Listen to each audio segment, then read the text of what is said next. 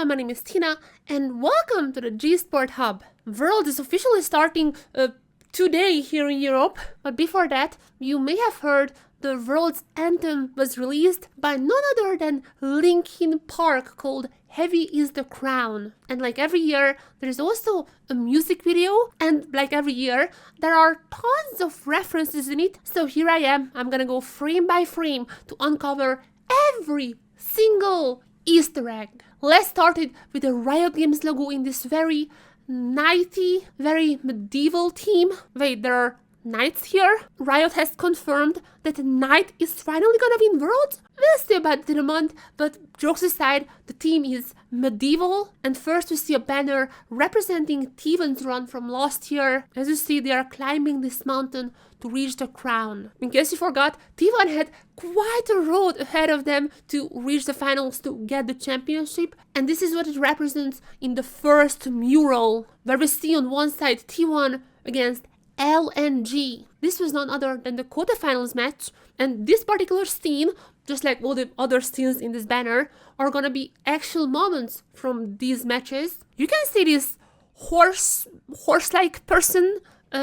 This is gonna be Rel. It doesn't really look like Rel, but you're gonna see that is Rel against someone with an Aphelios weapon, and that obviously represents Game 2 of LNG versus T1, where it was Honor's Rel that ended the game, even though T1 was way ahead, but he was the one catching Gala's Aphelios, and with that, the game was absolutely over. The next part of this banner shows, as someone who was rooting for JDG last year, it's a very memorable moment for me, and I think for a lot of fans. On one side, it is obviously Faker on his Azir, and on the other side, that is Ruler. It is none other than Game 3 of T1 versus JDG. I think one of the most well-known moments from this Worlds, Faker's Azir catching Ruler's Varus. That was the moment that decided this game, and basically the whole match, because after that JDG couldn't win another game, and let's be honest, it decided the finals as well. And hey, if we are at finals, we also have the finals in this banner. Here it is, Zeus playing the Aatrox against 4 other opponents. Shahu's Azir, Vei's Belveth, the man himself, Dushai's Cannon, and on the corner, Crisp with his Bard. This is Weibo Gaming. This is also a very famous scene, the very last scene from Worlds 2023. And this is the very final fight before T1 wins the championship, when it was Zeus against the mentioned 4 members, winning the 1v4, and eventually the team winning the World Championship, as I said now multiple times. There they are lifting the trophy, which by the way officially is supposed to have 5 of these little arms, so the 5 players could hold one each. So I'm not sure why they're not holding one each. That goes against the rules. You can see Gumayushi as Xayah. He actually will be Xayah coming into the music video after, but he was also playing Xayah in Game 3 of Weibo vs T1, which is not the case for Faker, who is obviously represented by Azir. That is as much of a Faker champion as you can get, besides the Ahri. The other champions I don't think are too recognizable for now, but let's not hang on it too much, because coming next, we will see everything a lot more clear. As now we see the Church of League of Legends, and we see the PUBG players. Oh, maybe the head guy. Oh, how is this guy called? The helmet guy. Yeah. That is the default icon for the League of Legends accounts. That has to be him, right? But even more importantly than our 3 helmet guys, we now see T1 here waiting for the coronation, and you will be able to see more clearly that they are now representing the champions. So coronation event, it is the T1 staff who are bringing the crown to them, as well as the Azir staff for Faker from what I can see. And we can also see Linkin Park, which I know has been a little controversial, because some people were saying they are maybe a little too much in the music video. I'm gonna be honest, I didn't really notice it myself. Like, they were a main part of the music video, but it's also their music video. Like, this is the video they're gonna be sharing, which is, I guess, good for League of Legends. And of course, as you may know, Mike Shinoda is a massive League of Legends fan, so I would assume this was a dream of his as well. I wanna stay neutral in this matter. You can see Colin Britton on the drums, Brad Delson the guitarist, Dave Farrell Phoenix on the bass, DJ Joe Han, and obviously our 2 main characters, the one and only Mike Shinoda, and in case you haven't heard the news, Linkin Park's new vocalist, Emily Armstrong. And it was also kind of been confirmed that they are also gonna be in Arcane. So we will probably also see them animated by 4 Thieves, just like in Imagine Dragons. But now back to our players, because I talked about Linkin Park quite a lot, and that was one of the controversial points. We see BLG's flag and Deft been appearing.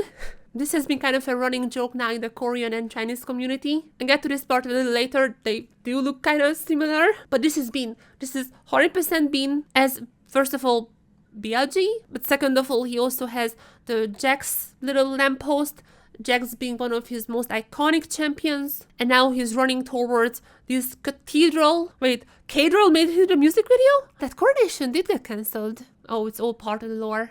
Anyways, he goes there to stop this coronation. As in the next shot, we see Faker, the very last, very big boss, not knowing the danger coming, which has not just been. There are gonna be others helping him out. As in the next shot, we see none other than FlyQuest's very own Masu, the Rookie of the Year in the LCS, representing Varus. And I just love the details in this music video, as he is holding his necklace up, kissing it. In case you don't know, he has a necklace that he wears IRL. It's a gift from my uncle, who I'm very close with.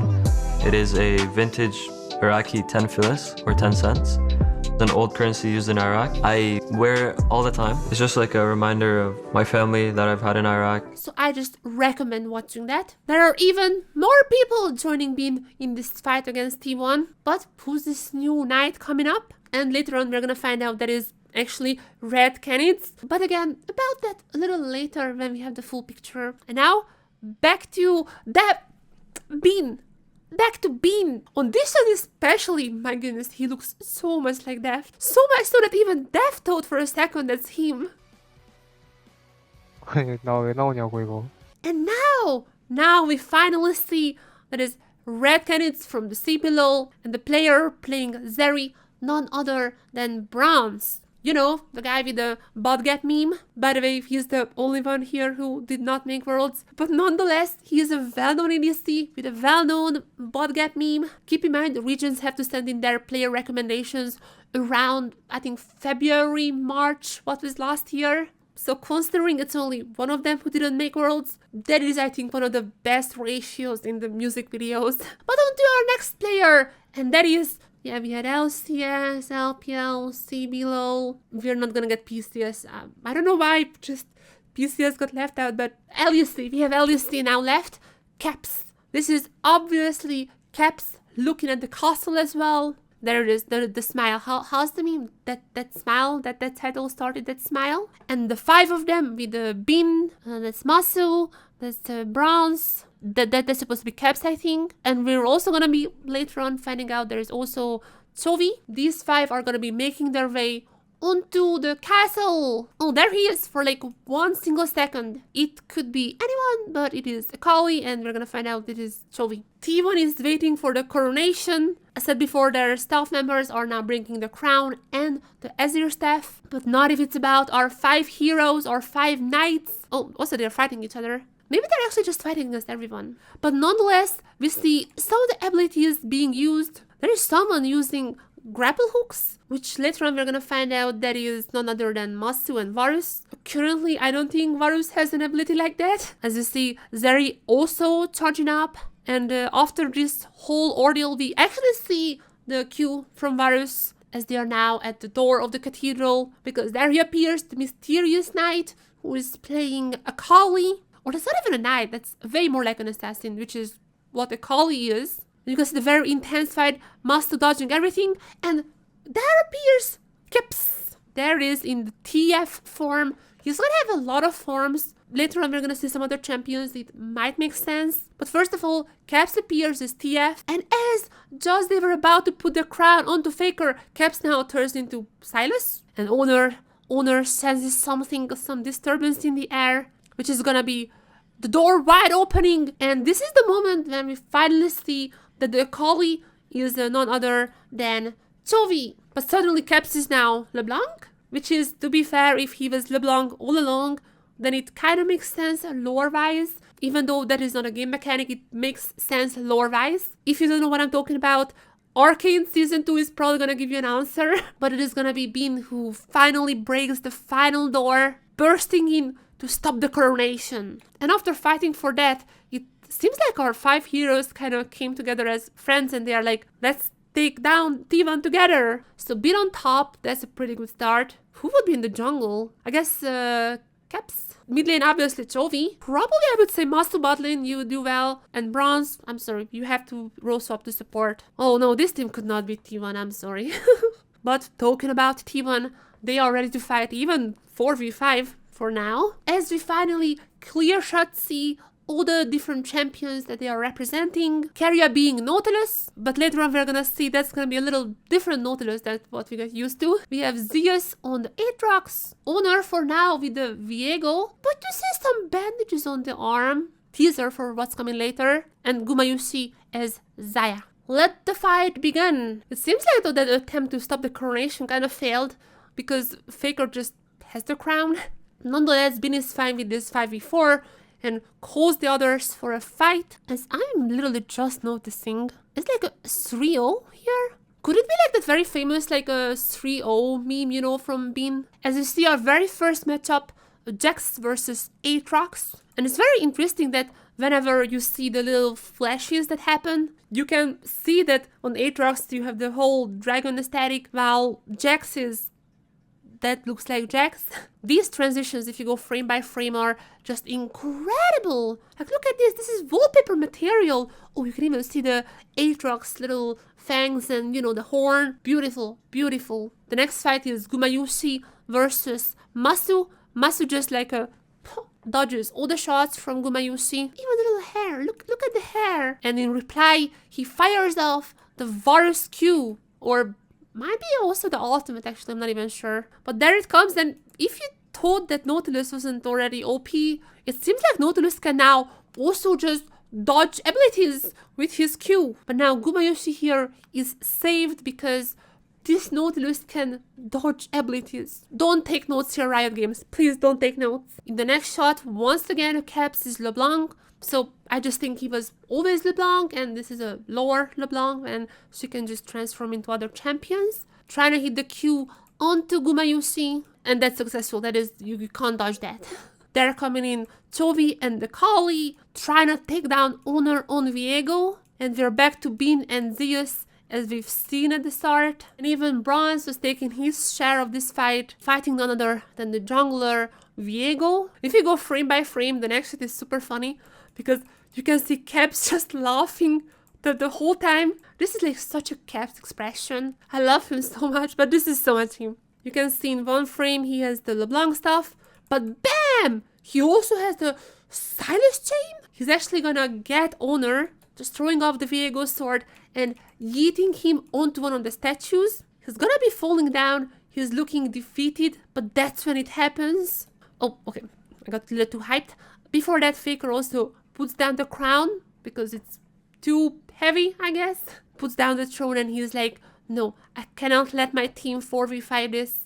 I'm gonna join them. What I just talked about, Honor takes off his training weights and transforms into Lee Sin. Of course, he's super well known for his Lee Sin. And there comes a pretty hype fight scene. I don't know if there's any references here besides just who plays who and what kind of moves they're using. But once again, you can see in these transitions that they transform into the champion they are portraying. As we're back to the player a few frames later. In the next shot, Gumayusi pulls back the Xayah feathers. I have no idea which ability it is, but you know, he just pulls them back, and by that destroying the statue that almost falls onto Caps, but no, this is LeBlanc. LeBlanc can teleport away. And to revenge Caps, revenge the, as per in tradition, LPL's 5th seed. They're coming in from the sky, Bin trying to smite down Gumayusi, but wait a second, Nautilus Hook? Nautilus Hook comes in and saves Gumayusi? What kind of Nautilus is that? What are the animators know that we don't? Is this gonna be a new Nautilus? Carrier pulls back Gumayusi and hugs him. Such a heartwarming scene that is actually also from an IRL moment, because after T1 has finally won the World Championship, Guma and Carrier immediately after have shared a hug. I don't think it was really shown on the broadcast, but there have been pictures made about them, and that's a very famous picture as well from this Worlds. However, even after this wholesome moment, the team is still struggling 4v5, but suddenly the music stops. which I can't show you because I would probably get DMCA'd. And they all look behind. Who's coming out? It is none other than Faker, of course, the final boss, the unkillable Demon King, coming in now to help his team. No one dares to say a word. And here in this moment, there's actually, if you look at the background, just look the Korean text. It says Mo Tun. It has been a while since I knew Hangul, so I'm not even gonna try. 모든 길은 결국 저를 통합니다. All roads lead to me. That is Faker's very famous line from the semi-finals teaser video, but nonetheless, those are the words you can see popping out in Korean one by one just for a few frames, but there they are, him turning into Azir saying, all roads lead to me. He takes off his coat, he is now fully Azir with the staff in hand, which the staff has seemingly already given to him. There he is now, 5v5, a little bit more fair. The other team, autofield jungler, autofield support, they're gonna lose. Everyone here from Owner, Zeus, Faker, Keria, and Gumayusi versus Bronze, Bin, Masu, Chovy, and Keps. All of them are here. And the crown is sitting on the chair. Who's gonna be able to pick it up? It's really heavy, be aware. Meanwhile, outside, in the background, you can see the swarm of fans, a swarm of people. We have LPL. We also have PCS and VCS here, by the way. Where were our representatives, huh? And where is even LJL, which is probably somewhere here. We have CBLOL, LLA, finally merging into the LCS. As well as the LCK, and who's left behind is picked up by the LCS. Wait, okay. Is this coincidence? Oh, and LUC just on a completely different island, which also makes sense because especially in China, LUC is known as this innovator with the craziest meta picks. All makes sense. I'm gonna put LGL on there. There you go. We are here on this little island.